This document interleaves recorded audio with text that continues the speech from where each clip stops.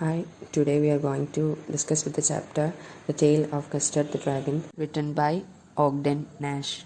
So, what do you imagine when you hear a word dragon? Yeah, it is almost a fearless and aggressive predator or something like that. So, we can quickly dive into the first stanza. So, Belinda lived in a little white house and with a little black kitten and a little grey mouse and a little yellow dog and a little red wagon and a truly little pet dragon. So in this stanza we can understand that Belinda lived in a little white house and she had a little black kitten and a little grey mouse and a little yellow dog and a little red wagon. What is a wagon? Wagon is a carriage or something in which we can carry goods or something. So, and a truly little pet dragon. So here, these words truly means really and truly. So this poetic device is known as poetic license. So these words are used to express a little pet dragon that she had. So what is the rhyming scheme of the stanza? It is AABB, house, mouse, wagon and dragon. So next we can go on to the second stanza. Now the name of the little black kitten was Ink, and the little grey mouse she called him Blink, and the little yellow dog was sharp as mustard, but the dragon was a coward and she called him Custard. So in this second stanza, the poet is explaining what Belinda called her pets. So she called the little black kitten as Ink and the grey mouse as Blink. The dog she called him Mustard, and the dragon was a coward. Coward means not brave, and she called him Custard, which means calm or quiet, like that. So the rhyming scheme of the second stanza is Ink, Blink, Mustard, Custard. So AAPB. Now let's move to the third stanza. Custard the dragon had big sharp teeth and spikes on top of him and scales underneath, mouth like a fireplace, chimney for a nose, and truly daggers on his toes. So here the poet is describing the dragon, only the dragon. So Custard the dragon had big sharp teeth and spikes on top of him. Spikes means sharp and pointy things, as we see on porcupines, hedgehogs, etc. And scales underneath. Scales means thick flakes of skin, and mouth like a fireplace. Usually dragons spits fire, so its mouth is considered as a fireplace, and chimney for a nose. In the olden days, especially in the winter, people used to collect firewood and lit a fire in their houses to keep warm, and the smoke produced is let out using a chimney. And in this case, the dragon's mouth is already considered as a fireplace, so it needs a chimney. And here the nose lets the smoke out, so the nose is considered as a chimney. And truly daggers on his toes.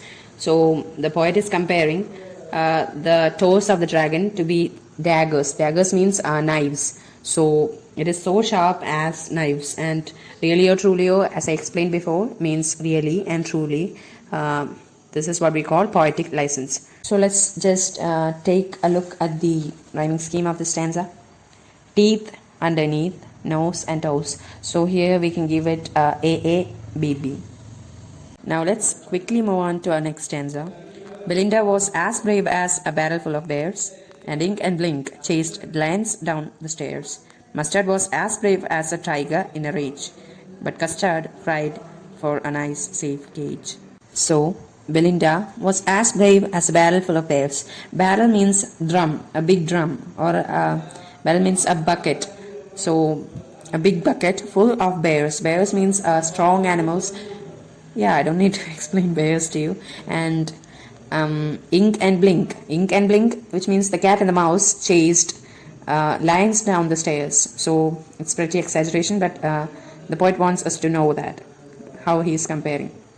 And Mustard was as brave as a tiger in a rage. Rage means anger, and yeah, Mustard the dog was as brave as a tiger in a rage. But Custard the dragon cried for a nice safe cage. Here what we can understand is that Custard the dragon always wanted a peaceful and safe life. Now let's just take a look at the rhyming scheme of the stanza. Bears, stairs, rage and cage. So here also we can give AABB. Now we can move to the fifth stanza. Belinda tickled him, she tickled him, unmerciful, which means tickling means make someone laugh. So she tickled him unmerciful, without showing any mercy. She tickled him. And Ink, Blink and Mustard, they rudely called him Percival. Percival was a knight of the King Arthur, and he used to say he was that, he was this, and when a real war came, he escaped or ran away. So that person is Percival.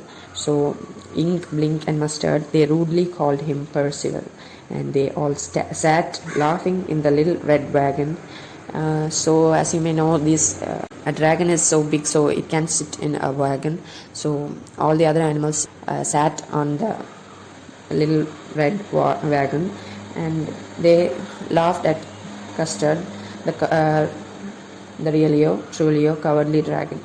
So as I told you, realio, trulio are the words expressing really and truly. So what is the rhyming scheme of the fifth stanza?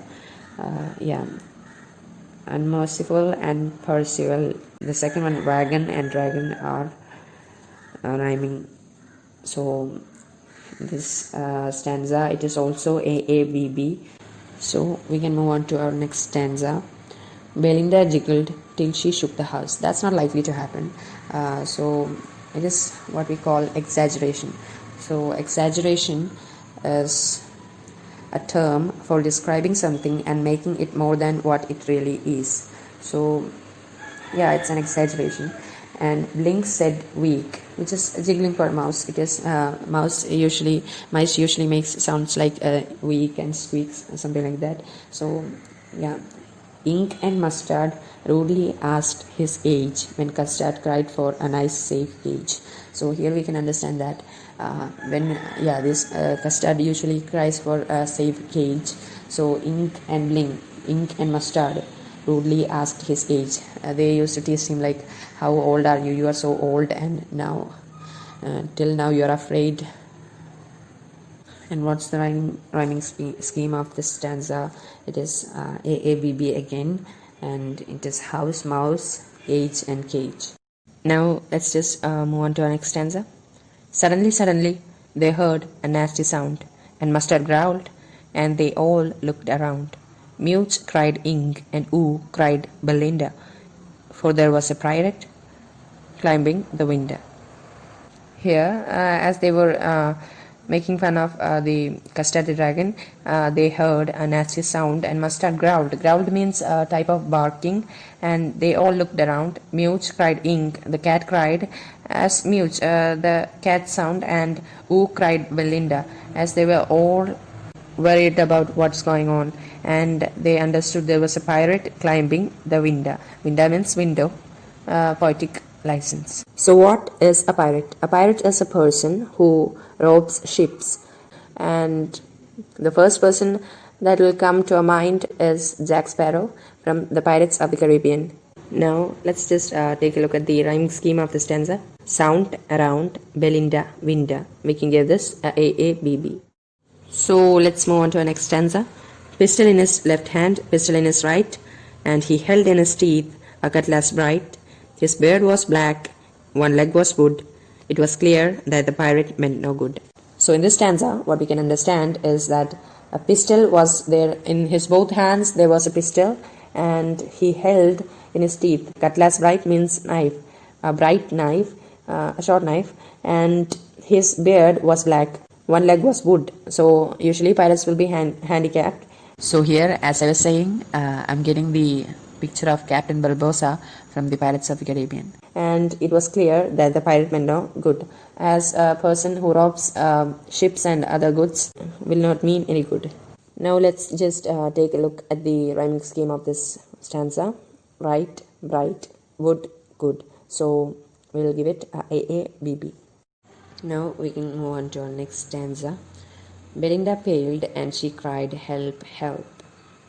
So she cried, but Mustard fled with a terrifying yelp.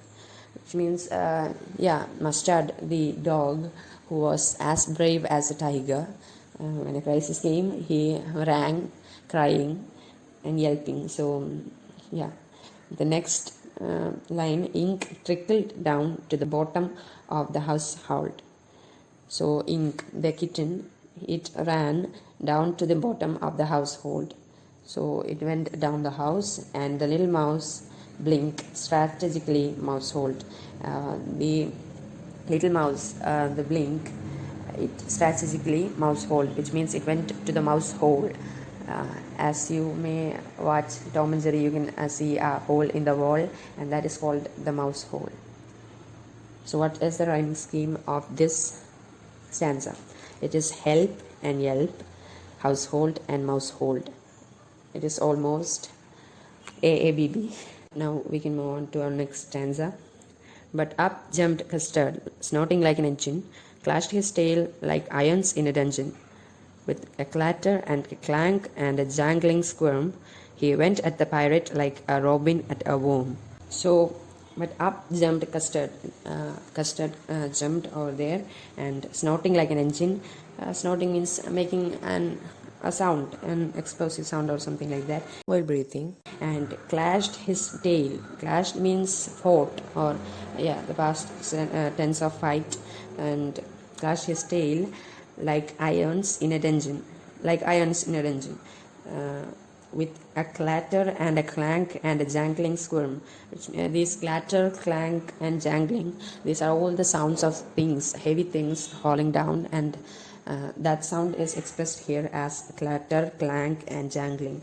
And he went at the pirate like a robin at a worm. So a robin is a bird which eats worms, little worms. So it is expressed as the dragon is a robin and the pirate is a worm. So the robin is going to get the worm.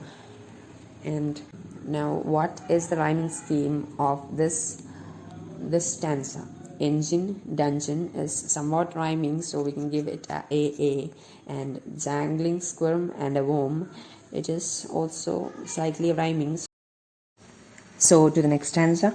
The pirate gaped at Belinda's dragon and gulped some grog from his pocket flagon.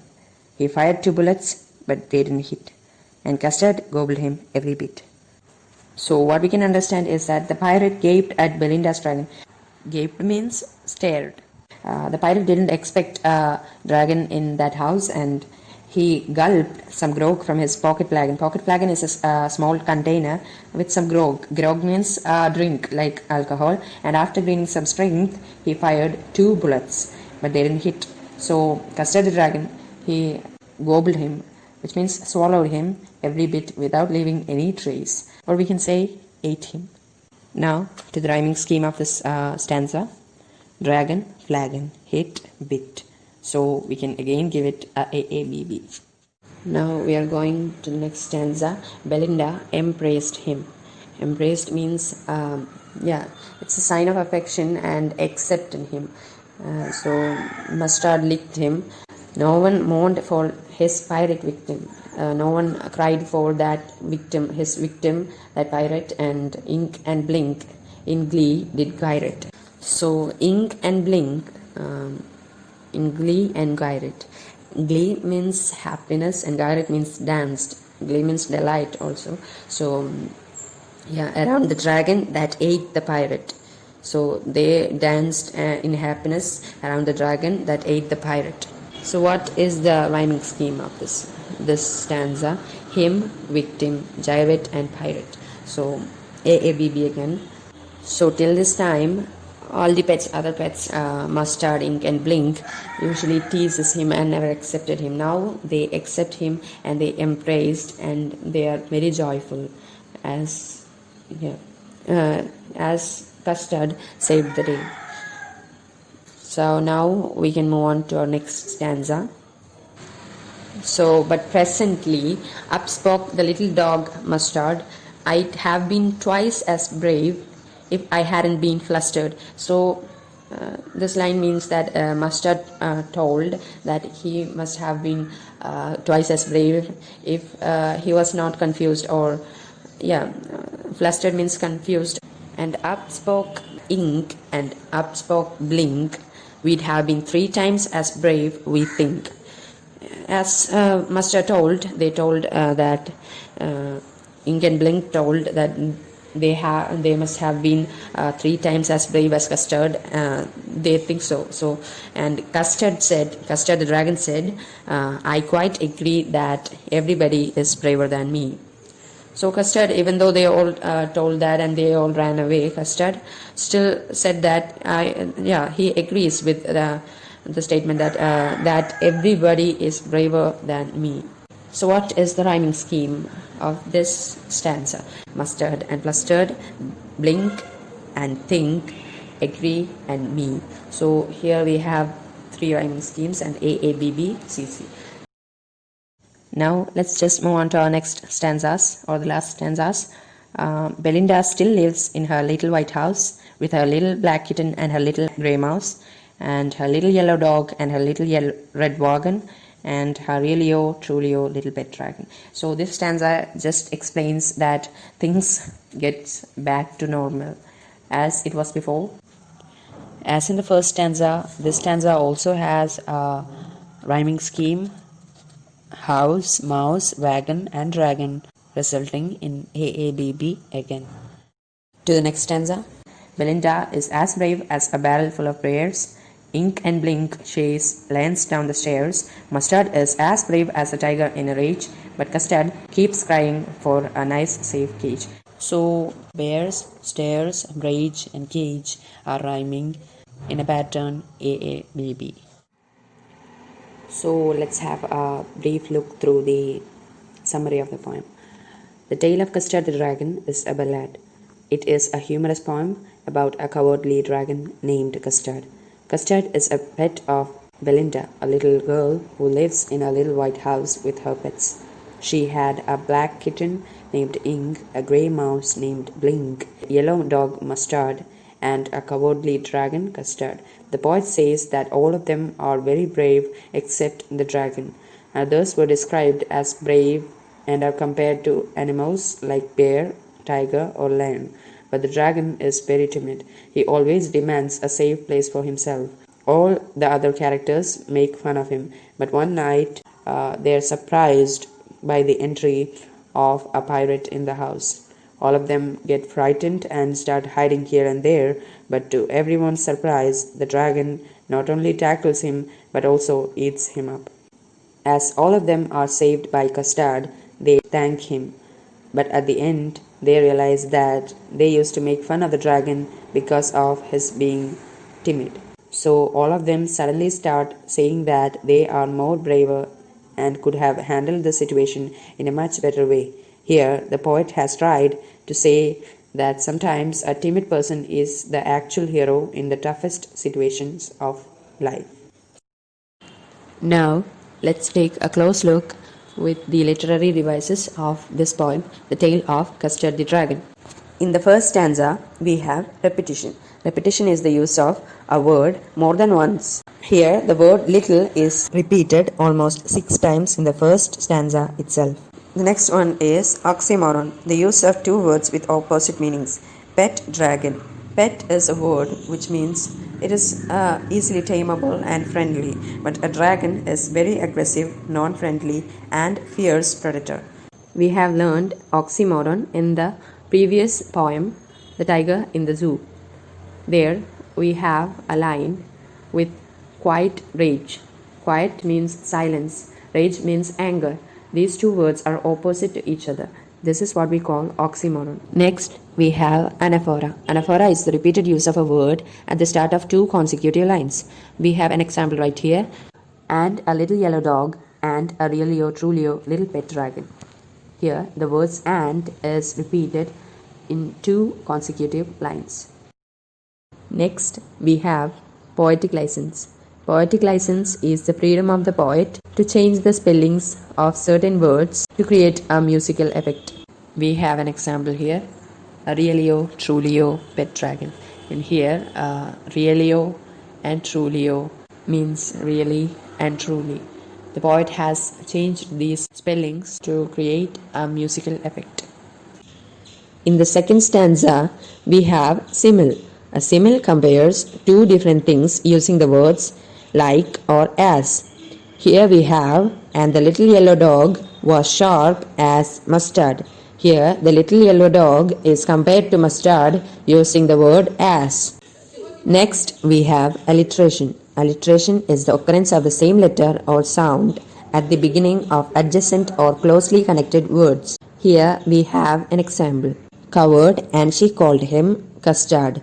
Here, we can see covered, called, and custard are starting with the same letter C and has the same sound K. So that is alliteration. And next, as in the first stanza, we have anaphora, the repeated use of a word at the start of two consecutive lines. Here we have, and the little grey mouse, she called him Blink, and the little yellow dog was sharp as mustard. Here, and is repeated in the two consecutive lines. As before, this stanza also has repetition. The use of word little is repeated almost 3 times in this stanza. Now we can move on to our third stanza. Here also we have simile.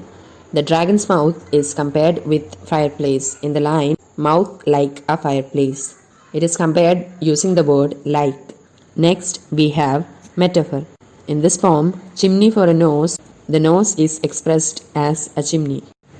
As before, in the next stanza also we have simile. Belinda's bravery is compared to that of a barrel full of bears. Mustard's bravery is compared to that of an angry tiger. These two sentences are compared using the word as. Next we have assonance. Assonance is the repetition of vowel sounds across a line of text or poetry. Assonance is also known as vowel rhyme. Here we have the use of vowel sound A. Belinda was as brave as a barrel full of bears. In the next stanza, we have repetition. Use of word tickled him is repeated twice. Next we have allusion. Allusion is the reference to any person or place. Here, Percival is referenced to a person in the King Arthur's army. Next we have personification. Personification is used to allow non-human things to take on human traits and emotion. Here, Ink, Blink, and Mustard, they rudely called him Percival. The dragon is called as Percival. Percival is a human knight in King Arthur's army. Now we can move on to our next stanza. Here we have onomatopoeia. Onomatopoeia is the formation of a word from the sound associated with what it is named. Or we can say that the usage of sound words to create a dramatic effect. Here, the words jiggled and weak are the sound words the poet used to create a dramatic effect. Now we can move on to our next stanza. Next, we have consonance. Consonance is a stylistic literary device identified by the repetition of identical or similar consonants in neighboring words whose vowel sounds are different. Here, we have the use of consonant sound S. Suddenly, they heard a nasty sound. Here again, we have a poetic license. Window is written as winda to create rhyme. Now, let us move on to our next stanza or the 8th stanza. The literary devices used here are alliteration. The B sound is repeated here in the beard was black. And again, the H sound is repeated for he held his. Next, we have imagery. An image is created about the appearance of the pirate. Now, let me quickly explain what is imagery. Imagery is the name given to the elements in a poem that sparks off the senses. Despite the fact that image is a synonym for picture, images need not to be only visual. Any of the 5 senses can respond to what a poet writes. We can move on to our 9th stanza. Next we have transferred epithet. Transferred epithet is when an adjective, usually used to describe one thing is transferred to the another. An epithet is a word or phrase which describes the main quality of someone or something. Transferred epithet is when this adjective is transferred to a different noun like happy birthday. Here we have an example. Terrified yelp. Next we have repetition. As we all know, repetition is the repeating of words. Here we have help, help. Poetic license, as we have before, the use of word mousehold to the rhyme with household. Now we can move on to our next stanza. Here we have simile. Sound of the dragon is compared with sound of the engine, snorting like an engine. Here the word like is used to compare the dragon with the engine. Clashed his tail like irons in a dungeon. Here also like is used. Dragon's attack on the pirate is compared to a robin bird, like a robin at a worm. Here also like is used. We also have onomatopoeia in this stanza. As we know, as I told you before, onomatopoeia is the usage of sound words to create a dramatic effect. Here clatter, clank and jangling are used to show the sound of heavy objects falling. And again we have imagery. The attack by the dragon is expressed in a way to make an image in our minds. To stanza 11, we have alliteration. Gulped some grog. G sound is repeated or G sound is repeated. And imagery, they have shown the reaction and actions made by the pirate on seeing the dragon. Now to the next stanza. Now here too we have assonance. The use of vowel sound O, no one, mount, phone. Use of vowel sound I, ink and blink in glee, did. Use of vowel sound A, that ate the pirate. In the next stanza we don't have much literary devices. Now to the poetic devices of the 14th stanza. Repetition. The whole stanza has been repeated. Now we can move on to the next and the last stanza. Repetition. The whole stanza has been repeated. And from the whole poem we have a lot of refrains. The repetition of a sentence again and again. That is what we call refrain. And a really or truly has been repeated in this poem for almost 3 times in the whole poem. And we have the sentence, for a nice, safe cage, repeated almost 2 or 3 times in the same poem. So these are the poetic devices that we have discussed in this poem so far.